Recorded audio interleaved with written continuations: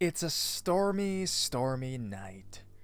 There's a house on top of a hill, and as you're slowly walking up it, the full crimson moon is rising in the back.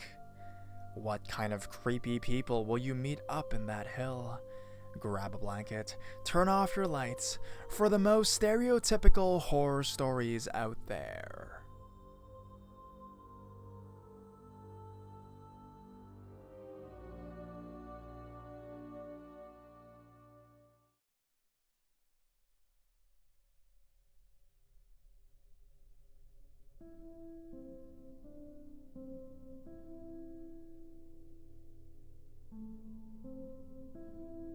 Whoever was in that elevator, let's not meet. Ever. It feels corny to start this by saying it was a dark and stormy night, so let's just say the weather was shit. I was on my way to a convention in Chicago with two of my friends. We went every year and this was the fourth time. The Weather Channel called for severe weather, but we refused to miss our annual overnight trip. We all piled in my car for a 6-hour drive. The first few hours were fine, just raining and humid. Then, the typical Midwest severe thunderstorm started. The kind where you just look down at the lines on the road so you don't end up in the ditch since you can't really see anything else. Once, when the lightning flashed, my friend Chris swore he saw a tornado in the cornfield in the distance. We finally gave up and pulled under a bridge until the rain let up enough for us to see. We waited for a good 45 minutes and were running late from driving so slow through the storm. The rest of the trip was drizzled, and that post-thunderstorm fog that has always felt creepy to me.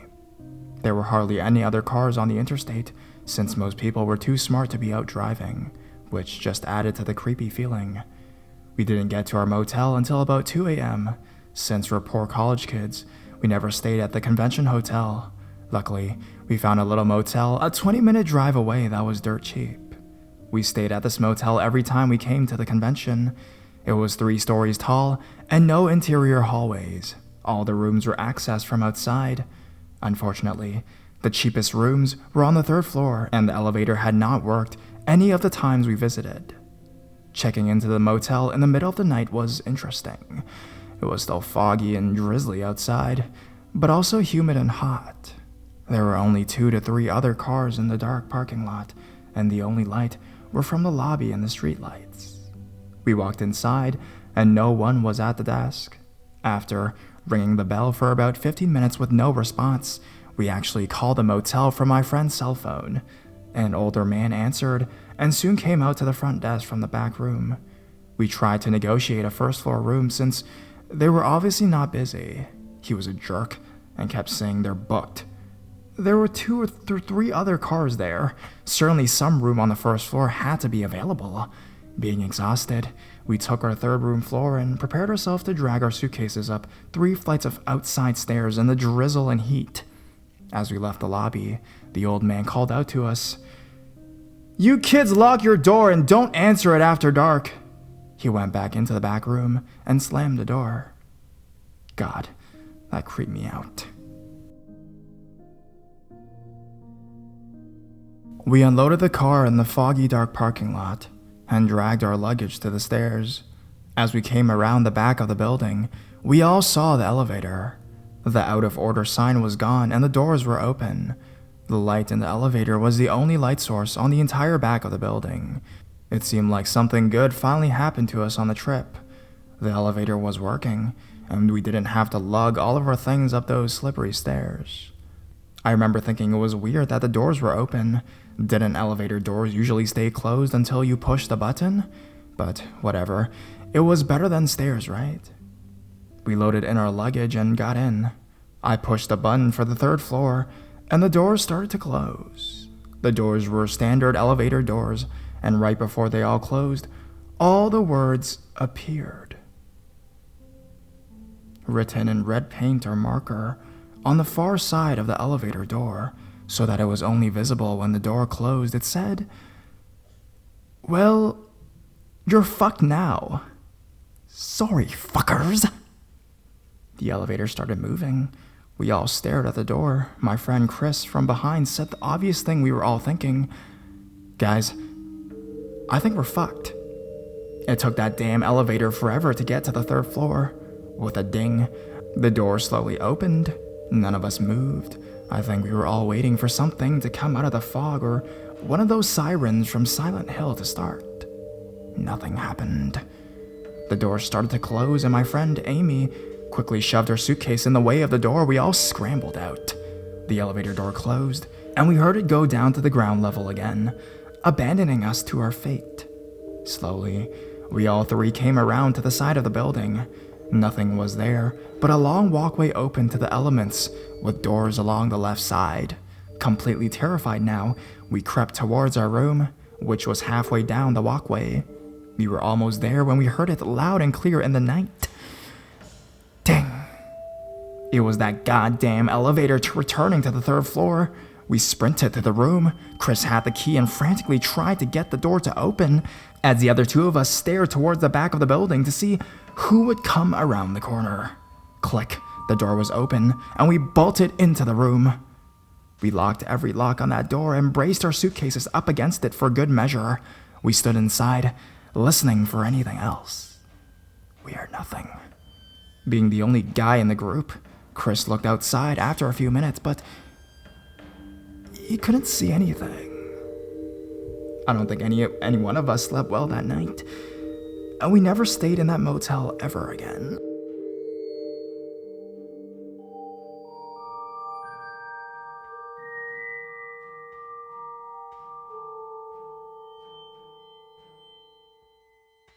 The Man in the Storm.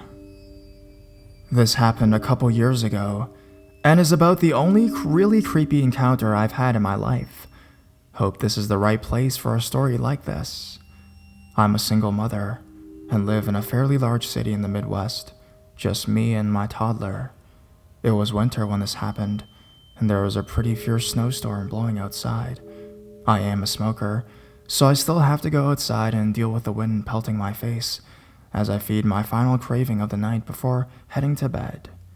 My porch is covered and has trees in front, so it's really hard to see in at night. And I never turn my porch light on when I go out to smoke. It was late, 11 to 12, and the street was deserted. Although I live in a big city, my neighborhood is really quiet at night, and my street dead ends at a park, so there isn't much traffic. As soon as I stepped outside, I could hear something in the distance. I spark up my cig anyways and look down the street to where the noise was coming from. It was sort of like an animal growling. As the noise got closer, but was still about a block away, I could see a man walking. He was all in black, hood up, and I couldn't make anything out beyond this. He was speaking in a deep, guttural growl. It was the most demonic thing I'd ever heard. It honestly did not sound human, but I know crazy can make people inhuman. It's hard for me to describe just how fear-invoking this voice was, but I also have a curious nature, so I stood frozen in the storm, like a deer in the headlights, watching and listening. I can't really remember most of what he said, but I do remember the phrase, "This is the Book of the Dead." He was walking on the opposite side of the road as my house and made it about a block away. I hadn't moved from directly in front of my door, holding my phone with a death grip in my pocket, and I'm smoking my cigarette as quickly as possible to get back inside. He was approaching the intersection right before my dead-end street, and I figured he would turn. I hoped he would turn. He didn't. He kept walking towards the dead end, still speaking in this deranged voice, incoherently, something about this Book of the Dead. At this point, there are a million things racing through my mind. He can't see me. He's just some random crazy, right? Even though he was just right across from my house, I still couldn't make out any details of his face or really see anything beyond the black hood. Suddenly, he stops talking, stops walking, and his hood slowly turns in my direction. I drop my cig, rush into my house, and lock the door, looking out the window to see what he does. He just stood there for probably 30 seconds, and then started walking again. He crossed the street, and stopped again directly in front of the sidewalk from my door to the street. He stood facing my house for 3 to 4 minutes. I stood behind my locked door, staring at him as he stared back at me. Although he was only about 20 feet from me, his hood still concealed his face. I was debating internally if I should call the cops, the phone still clutched in my hand. But he honestly wasn't breaking the law in any way, shape, or form. He was just standing on the sidewalk looking at my house. The standoff felt like it lasted an hour, with my heart leaping out of my chest. He was silent as he stood, and the only thing I could hear was the wind and pellets of snow tapping my windows. He turned and started walking away, speaking again in his growl. He kept on walking down the dead end and into the park. I could faintly hear his demonic voice through the door as he walked, and that was it. He was gone. I checked on my son, and he was sleeping soundly. Although, I can't say I did the same that night.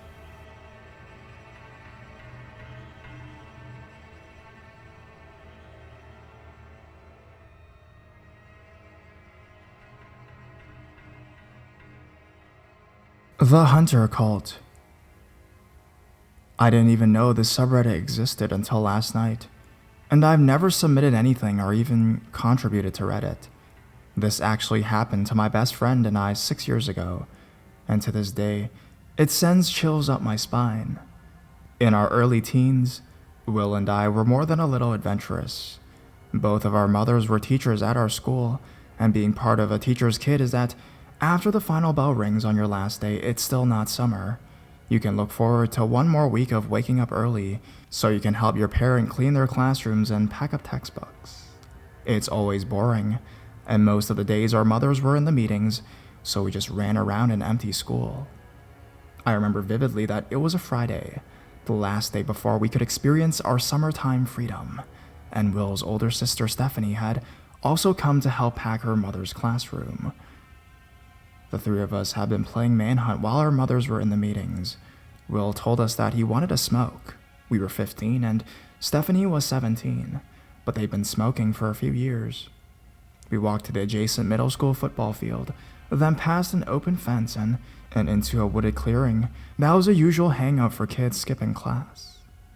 I need to interject the story to tell you that I'm from Florida.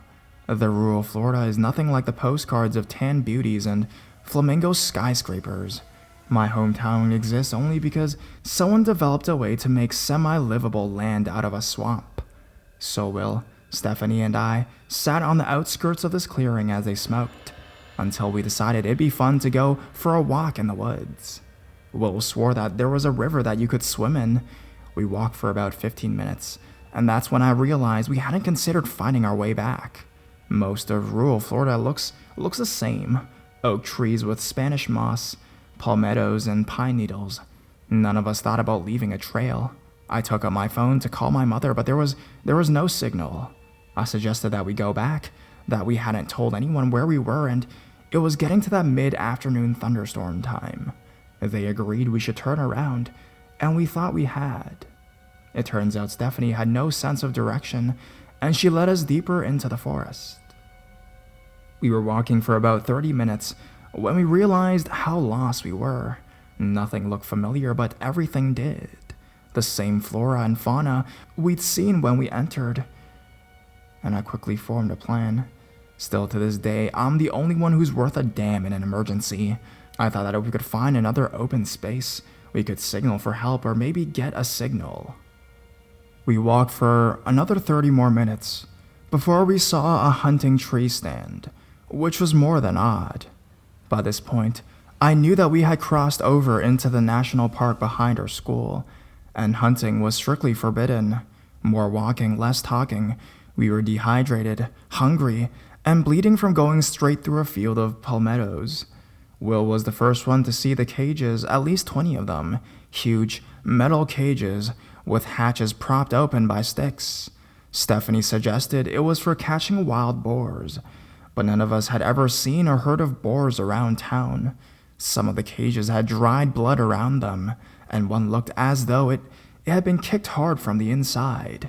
The entire time we were lost, Will had been trying to call his dad, no signal, so no luck.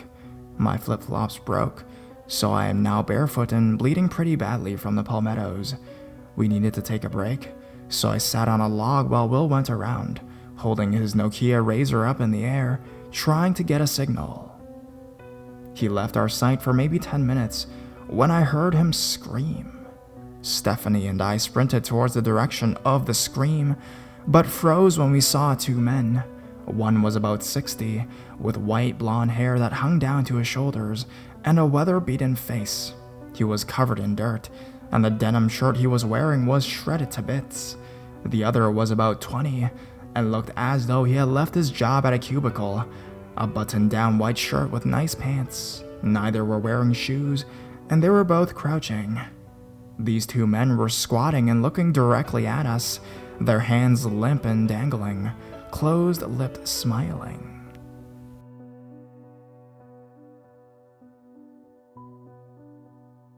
They stayed like that. It felt like an hour passed before my body's fight or flight kicked in, and I guess mine chose fight. I crouched too and stared them down. After what I guessed was maybe 3 minutes, the older man stood up and ran into the woods. The younger one followed. Will re-emerged from the woods not long after, hysterical. He was crying hard, and he had peed himself. He asked me repeatedly why we hadn't come when he screamed, and I tried to explain that we couldn't because of the two men. When he finally seemed to understand what I was saying, he stopped crying and went silent. We walked around for another 20 minutes in dead silence when I saw pavement. We had finally run into civilization, a bike trail that runs through the national park to be exact. I'd never been so excited to see asphalt. We called our parents, we sat on the ground, and we cried together. It had only been 4 hours, but it felt like days. My mother brought me a huge jug of water and yelled at me for running into the woods, but she was so relieved that I was okay. I told her about the two men, and she thought that warranted telling the cops, so I wrote my statement, and that was the end. I had never heard anything from the cops. About 2 weeks later, Will was over at my house playing video games when he brought up the subject of the woods. Through bites of pizza, he told me that he hadn't even seen the two men. When he was searching for a signal, he heard pine needles being crunched underfoot, and it sounded as if something was bounding at him, so he hid. He didn't even look behind him, just hid behind a fallen tree. The noise stopped, and he stood up to come back to us when he saw a woman crouching about 15 feet from him. She had dried blood in her hair and all over her shirt. That's when Will screamed, and she stared at him until she turned and ran into the woods. To this day, I don't think anyone's ever found them, and I refuse to step foot into that park.